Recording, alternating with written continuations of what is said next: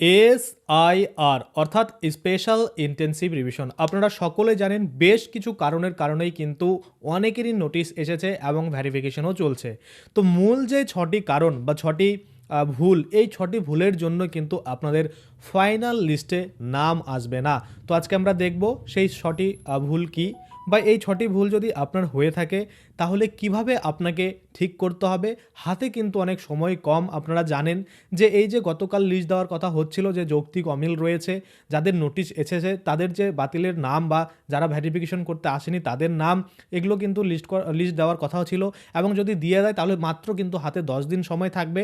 সেই 10 দিনের মধ্যেই কিন্তু আপনাদের যে সমস্যাগুলো রয়েছে সেগুলো মেটাতে হবে। যদি 10 দিনের মধ্যে সমস্যাগুলো মেটাতে না পারেন তাহলে কিন্তু ফাইনাল যে তালিকা সেখানে আপনাদের নাম থাকবে না। তাহলে আজকে আমরা দেখে নেব আপনার ভেরিফিকেশন হয়ে গেছে, হয়নি, হবে, আপনার নোটিশ আসেনি, তারপরেও ভিডিওটা কিন্তু গুরুত্বপূর্ণ রয়েছে। যদি এই ছটার মধ্যে কোনো একটা কারণ আপনার থেকে থাকে তাহলে কিন্তু আপনি দেখবেন আপনার ফাইনাল লিস্টে নাম কিন্তু আসেনি। তখন কিন্তু হাতে মাত্র 10 দিন সময়।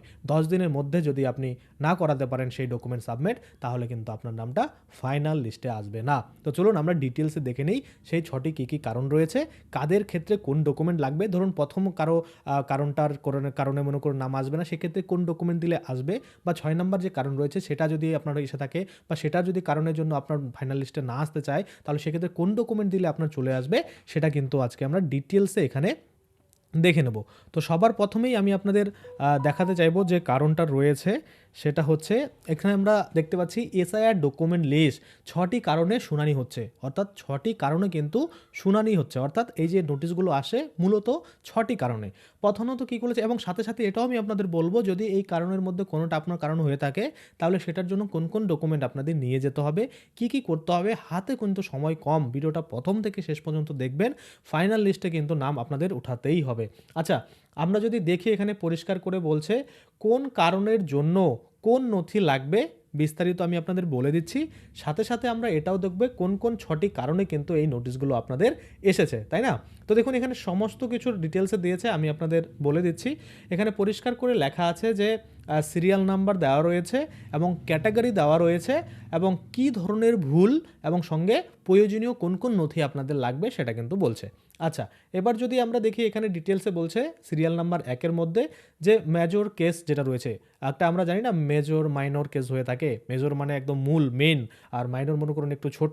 তো সেক্ষেত্রে এই মেজর কেস যেগুলো রয়েছে 2025 সালের ভোটার তালিকার সাথে 2002 সালের তালিকায় নিজের নামের বড় ধরনের পার্থক্য, এটাকে কিন্তু মেজর বলা হয়েছে, অর্থাৎ বড় ধরনের ভুল। কি বলছে এখানে পরিষ্কার করে বলছে, ধরুন 2025 সালের ভোটার তালিকার সাথে 2002 সালের ভোটার তালিকায় নিজের নামের বড় ধরনের ভুল বা পার্থক্য সেটা বলছে। তাহলে এর জন্য প্রয়োজনীয় নথি কি লাগবে? দেখুন এর জন্য প্রয়োজনীয় নথি কিন্তু লাগবে নিজের 2002 সালের ভোটার তালিকায় প্রাসঙ্গিক পাতার প্রতিলিপি, বা ওই যে যেখানে নামটা রয়েছে সেইটার কিন্তু জেরক্স কপি। দ্বিতীয়ত বলেছে নিজের নাম বা পিতা মাতার নাম লেখা আছে এমন একটি নথি, অর্থাৎ আপনার নাম তো লেখা থাকবেই, সাথে সাথে সেখানে আপনার বাবা বা মায়ের নাম যে গার্জিয়ান হিসেবে লেখা রয়েছে সেই রকম একটা ডকুমেন্ট, যেটা কিন্তু আমরা আধার কার্ড দিয়ে করতে পারি, যে কোনো অন্যান্য ডকুমেন্ট যেখানে বাবা মায়ের নাম থাকে সেটা দিলেই কিন্তু হয়ে যায়। আচ্ছা, তারপরে যদি আমরা দেখি এখানে অনেকে কোশ্চেন করেন যে দাদা ডকুমেন্টে তো বাবার নাম থাকে মায়ের নাম থাকে না। দেখুন যাদের বাবা রয়েছে তাদের বাবার নামই থাকে স্বাভাবিক, কিন্তু বিশেষ বিশেষ ক্ষেত্রে দেখবেন যাদের বাবা নেই তাদের ক্ষেত্রে কিন্তু সব জায়গায় মায়েরই নাম থাকে। তাছাড়া আপনারা দেখবেন এখন যে বর্তমানে স্কুল সার্টিফিকেটগুলো হচ্ছে বা অন্যান্য যে কোনো কাজের ক্ষেত্রে আমরা দেখতে পাচ্ছি বাবা এবং মা উভয়েরই কিন্তু নাম দেওয়া হচ্ছে। বিশেষ করে স্কুলে অ্যাডমিশন নিতে গেলে দেখবেন শুধুমাত্র বাবা গিয়ে ভর্তি করাতে পারবে না, মায়েরও কিন্তু নাম লাগবে, মায়েরও কিন্তু ডিটেলস দিতে হচ্ছে। আরও এরকম অনেক কাজ রয়েছে যেখানে বাবা মায়ের উভয়েরই কিন্তু ডকুমেন্ট চাওয়া হচ্ছে।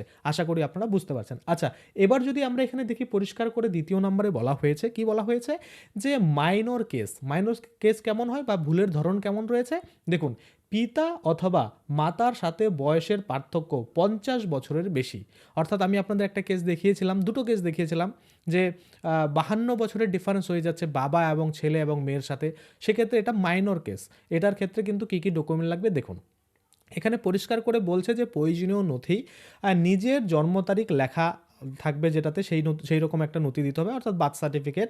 এবং দ্বিতীয় নম্বরে বলেছে যার সাথে লিঙ্ক করা হয়েছে তার জন্ম তারিখ লেখা নথি, অর্থাৎ যার সাথে লিঙ্ক করেছে, বাবার সাথে লিঙ্ক করে থাকলে বাবা, মায়ের সাথে লিঙ্ক করে থাকলে মা, এমন কোনো ডকুমেন্ট যেখানে বার্থ লেখা থাকে, ডেট অফ বার্থ, অর্থাৎ কবে জন্মগ্রহণ করেছিল সেই ডেটটা লেখা থাকবে। আশা করি আপনারা বুঝতে পারছেন। আচ্ছা, এবার আমরা চলে আসি 3 নম্বর, বলছে যার সাথে লিঙ্ক করা হয়েছে তার 2002 সালের ভোটার তালিকার প্রতিলিপি, যেটা আপনারা সকলেই জানেন যে যার সাথে আপনি লিঙ্ক দেখিয়েছেন তার কিন্তু অবশ্যই 2002 সালের যে ভোটার লিস্ট সেটার জেরক্স কিন্তু দিতে হবে। গেল। এবার 3 নাম্বার ভুলে আমরা চলে আসি। তাহলে দুটো ভুল আপনারা দেখলেন, এই দুটো ভুলের কারণে যাদের মনে করুন রয়েছে তাহলে কী কী ডকুমেন্ট লাগবে বুঝে গেলেন। এরকম টোটাল 6টা ভুল রয়েছে। এবার 6টা ভুলের ক্ষেত্রে কোন কোন ক্ষেত্রে কী কী ডকুমেন্ট লাগবে সেটা আমরা ডিটেলসে বলছি, আপনারা দেখে নিয়ে যাদের শুনানি হয়ে গেছে তারা তো খুব ভালো, যাদের হয়নি তারা কিন্তু এভাবে সুন্দর করে ডকুমেন্টগুলো গুছিয়ে নিয়ে যেতে পারবেন। আচ্ছা, 3 নম্বরে বলা হয়েছে মাইনর কেস। আবারও মাইনর কেস এসেছে কি, পিতা অথবা মাতার সাথে বয়সের পার্থক্য 15 বছরের কম, যেটা একটা দেখলাম যে 50 বছরের বেশি বয়সের পার্থক্য হয়ে যাচ্ছে বাবা এবং ছেলের, এবং এখানে দেখতে পাচ্ছি পিতা মাতার সাথে আবার ছেলে মেয়েদের কি হচ্ছে 15 বছরের কম কিন্তু ডিফারেন্স হয়ে যাচ্ছে, সেক্ষেত্রে এটাও মাইনর কেস। এক্ষেত্রে কি লাগবে, নিজের জন্ম তারিখ লেখা এমন একটি সার্টিফিকেট, যেটা মাধ্যমিকের সার্টিফিকেট হতে পারে, অ্যাডমিট হতে পারে, তারপরে জন্ম সার্টিফিকেট হতে পারে। দ্বিতীয়ত বলেছে যার সাথে লিঙ্ক করা হয়েছে তার জন্ম তারিখ লেখা রয়েছে এমন কোনো নথি, যেমন আধার কার্ড হতে পারে। আচ্ছা, 3 নম্বরে বলছে যার সাথে লিঙ্ক করা হয়েছে তার 2002 সালের ভোটার লিস্টের জেরক্স, এটা কিন্তু স্বাভাবিক, প্রত্যেকটার ক্ষেত্রে একই দেখতে পাচ্ছি। আচ্ছা, 4 নম্বরে যে ভুলটা রয়েছে সেটা হচ্ছে আপনার, এটাও মাইনর কেস বলা হয়েছে, আপনার সাথে যার পোজেনি লিঙ্কের করা আছে তার সাথে মোট 6 জন বা তার বেশি জন পোজেনি লিঙ্কেজ করেছেন। অর্থাৎ ধরুন আমি আমার বাবাকে দেখিয়েছি এবং আমার বাবার আরও 2 জন ছেলে রয়েছে, সেক্ষেত্রে টোটাল আমরা 3 জন দেখেছি, কিন্তু দেখা যাচ্ছে ওই 3 জন আমরা অরিজিনাল, কিন্তু আরও বাকি 3 জন বা 3 জনের বেশি বাবাকে কিন্তু লিঙ্ক আপ দেখিয়েছে। তাহলে এই যে বাবাকে দেখিয়েছে, বাকি সন্তানগুলো বাবার নয় কিন্তু তারা ভুয়োভাবে দেখিয়েছে, সেক্ষেত্রে এইরকম যদি হয়ে থাকে তাহলেও কিন্তু আপনাদের নোটিশ আসছে, যেটা কিন্তু অনেকেই, ম্যাক্সিমাম মানুষ এরকম পেয়েছেন। আচ্ছা, এখানে কি করতে হবে, এখানে পরিষ্কার করে বলেছে যে আপনার কী কী ডকুমেন্ট লাগবে। আবেদনকারীর আধার কার্ড, যে আবেদন করছে তার আধার কার্ড কিন্তু লাগবে, যার সাথে লিঙ্ক করা হয়েছে তার আধার কার্ড এবং 2002 সালের ভোটার তালিকার প্রতিলিপি, যেটা আমি আপনাদের বলেছিলাম আমার বাবার আধার কার্ড আমার কাছে রয়েছে, আমি অরিজিনালটাও নিয়ে যেতে পারবো, জেরক্স কপিও দিতে পারবো, কিন্তু অন্যরা যারা আমার বাবাকে দেখেছে তাদের কাছে না থাকবে আমার বাবার আধার কার্ড, না থাকবে তাদের কাছে আধার কার্ডের জেরক্স, না তারা ওখানে নিয়ে যেতে পারবে, না তারা ভেরিফাই করতে পারবে, সেক্ষেত্রে তাদের নামটা কিন্তু বাদ 100% হবে। আশা করি আপনারা বুঝতে পারছেন। আচ্ছা, তারপরে চলে আসি আমরা, এখানে মোটামুটি 2000 বলছি 5 নাম্বার যেটা রয়েছে সেটা, এখানে মাইনর কেস বলা হয়েছে। মাইনর কেসে কি আছে, বাবার নাম 2025 সালের ভোটার তালিকায় থাকা বাবার নামের সাথে মিলছে না। বাবার নাম 2025 সালে ভোটার তালিকায় থাকা, এখন বর্তমান যে আপনার ডকুমেন্টে বাবার নাম রয়েছে সেটা মিলছে না, এইভাবে কথাটা হতো। যাই হোক, এখানে কিন্তু ওটাই বলছে, এর জন্য প্রয়োজনীয় নথি আপনাদের যা লাগবে, আবেদনকারীর আধার কার্ড এবং 2002 সালের ভোটার তালিকায় প্রাসঙ্গিক পাতার জেরক্স, বা এই যে জেরক্স কপি লাগবে যেখানে আপনার বাবার নামটা রয়েছে সেটা কিন্তু দিতে হবে। আচ্ছা, এবার আমরা যদি দেখি লাস্ট এবং 6 নম্বরে বলেছে, এটাও মেজর কেস বলেছে, তাহলে আমরা কতগুলো দেখলাম, ও সবার প্রথমে একটা মেজর কেস দেখেছিলাম, বাকি 4টা আমরা দেখলাম মানে মাইনর কেস, আবার কিন্তু একটা মেজর কেস দেখতে পাচ্ছি, সেটা কি এবার আমরা দেখে নিই। 6 নম্বরে বলছে মেজর কেস, পোজেনি লিঙ্কেজের নাম 2002 সালের ভোটার লিস্টের সাথে 2025 সালের ভোটার লিস্টে থাকা নামের বড় ধরনের পার্থক্য, এটা কিন্তু বলা হচ্ছে। কি বলা হচ্ছে দেখুন, পোজেনির 2002 সালের ভোটার তালিকায় মানে কী কী ডকুমেন্ট লাগবে সেটা বলছে, যে হোসেনের যে 2002 সালের ভোটার তালিকায় নাম ছিল সেটার জেরক্স দিতে হবে, এবং সাথে সম্পর্কের প্রমাণ করার জন্য এমন নথি দিতে হবে যেটা দিয়ে সম্পর্ক প্রমাণ হবে, এবং আরেকটা বলছে প্রথম শ্রেণীর জুডিশিয়াল ম্যাজিস্ট্রেট অ্যাফিডেভিট কিন্তু লাগবে, অর্থাৎ ফার্স্ট ক্লাস যে অ্যাফিডেভিট হয়ে থাকে সেটা কিন্তু আপনাদের লাগবে। এই হচ্ছে টোটাল বিষয়।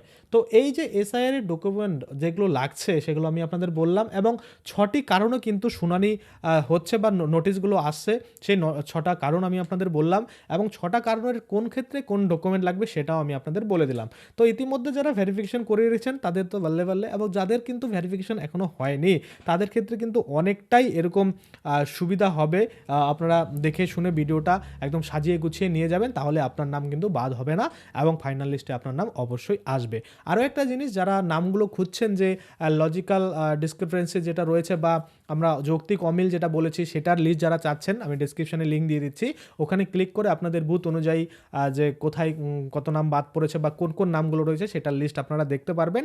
আর লিঙ্কে ক্লিক করার পরে যদি না খুলে দেখবেন আপনার এলাকার মানে বুথ লেভেলের যে লিস্টগুলো সেগুলো, তাহলে বুঝবেন যে আপনার ওখানে এখনও দেওয়া হয়নি। এখনও আপাতত মোটামুটি 20,000 বুথের দেওয়া হয়েছে, বাকি আমাদের 80,000-এর মতো নাকি বুথ রয়েছে। সেক্ষেত্রে বাকিগুলো যখন দেওয়া হবে সেগুলো আপনারা আস্তে আস্তে কিন্তু পেয়ে যাবেন। আশা করি আপনারা বুঝতে পারছেন। আজকের জন্য ভিডিওটা এখানেই শেষ করব। যদি ভিডিওটা ভালো লাগে অবশ্যই একটা লাইক করে দেবেন। যদি আমার চ্যানেলে প্রথমবার ভিজিট করে থাকেন, নিচে একটা রেড কালার সাবস্ক্রাইব বাটন দেখবেন, ওখানে ক্লিক করে সাবস্ক্রাইব করতে পারেন। আর সাথে যে বেল আইকন রয়েছে ওখানে ক্লিক করে বেল আইকনটাকে এনেবল করে দেবেন। তাতে করে কী হবে, যখনই আমি এই ধরনের কোনো ভিডিও বানাবো সেটার যে নোটিফিকেশান সেটা কিন্তু আপনার কাছে পৌঁছে যাবে। ধন্যবাদ।